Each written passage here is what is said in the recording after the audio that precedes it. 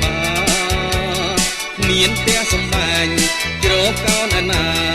អង្គនិកាសូមខ្លួនណា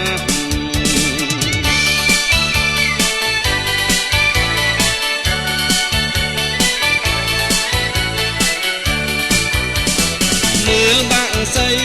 មើលបាក់សាគេមានវាសនាជាងខ្ញុំណាលោកអើយនឹកម្ដង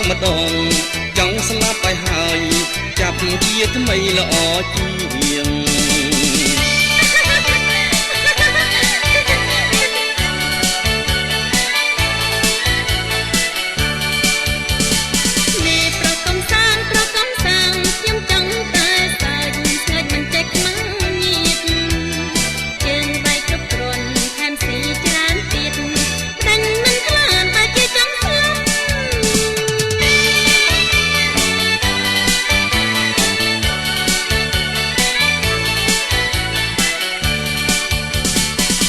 ខ្ញុំចេះតែបានហើយអ្នកមិនដែលឡើយស្គាល់ក្តីវេទនា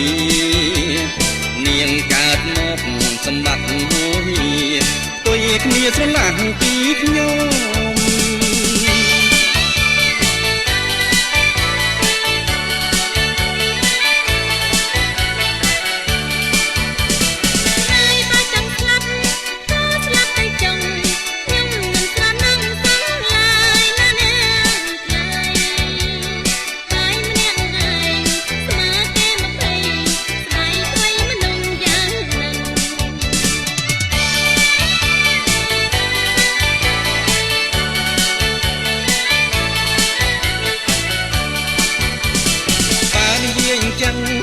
មានស្អប់ខ្ញុំ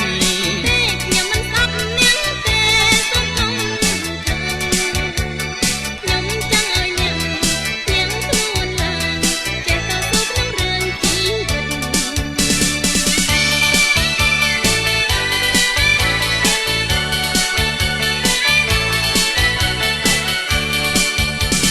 សូមអរគុណគុណលឹកដែលបានរំលឹកជួយប្រដៅខ្ញុំគ្រាន់តែនិយាយបើស្លាប់នាងទុំសូមធ្វើជាម្ដាយខ្ញុំហើយ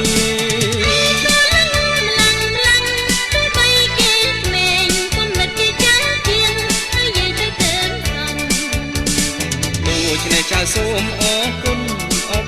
លោកយាយទៀតធំបើយាយមានតា